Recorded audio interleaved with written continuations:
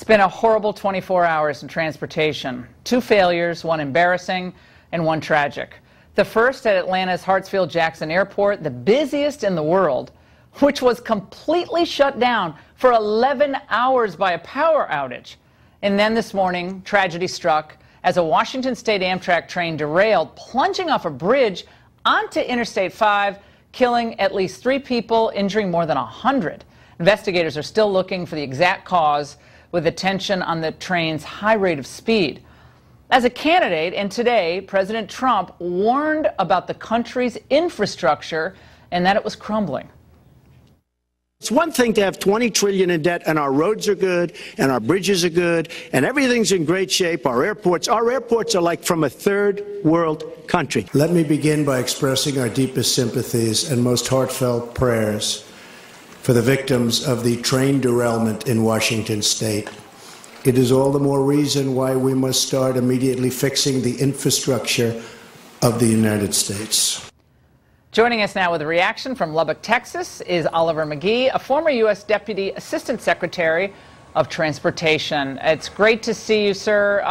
The president commented about infrastructure regarding the Amtrak derailment. However, that was an inaugural route of for that train, was it not? And it might not be an infrastructure issue on that particular accident. Well, thank you for having me, Laura.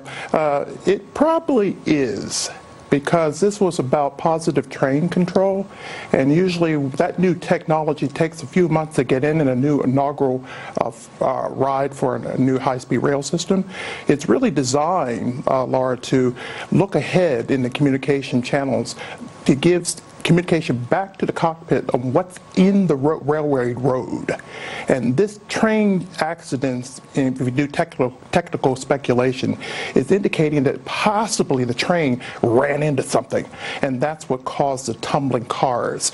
But also, there was speed involved, so we have a lot of momentum involved in here, which tossed the cars off the embankment.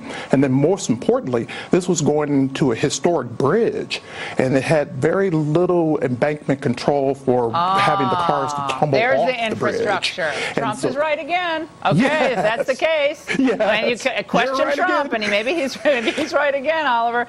So, Oliver, so you have the embankment issue with the bridge. You have the speed control technology that could have been in the train. We were talking on my radio show today with my producers, and we said, how can there not be, with all of our technology, something in that train that would prevent it from going at a certain speed at a certain point? I mean, we can hit Yankee, home plate at Yankee Stadium from outer space, but we can't slow a train down remotely?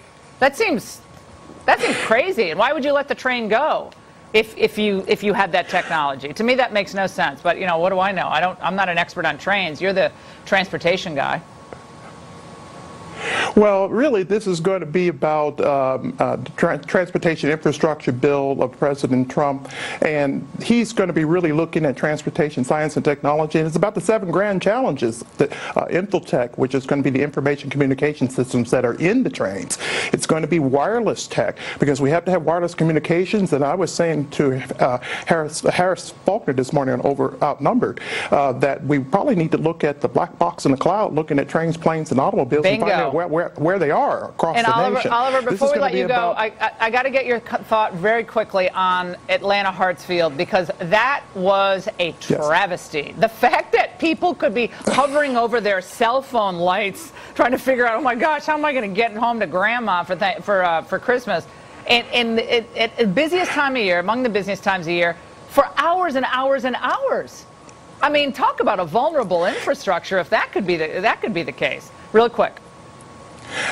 Absolutely. I was talking to my very good friend Leslie today, and she was saying that she had a friend that was stuck in the airport for hours and watching people being taken out in wheelchairs because they were going through dark tunnels. And then, can you imagine being caught in the sky for 15 hours with then running out of water? Good thing the kids were behaving on the airplane. What we learned today is that we need to start retrofitting the nation's airports, and we also have to have backup systems on here because the air traffic control went down. We need to back up airports like we back up hospitals. Can you imagine a hospital having a blackout and people are sick inside of a hospital? We can't have a sick airport. We can't have a sick security and transportation security. President Trump talked about this on the campaign trail, and he made this a priority, and he was right. Guys, we have to take a break.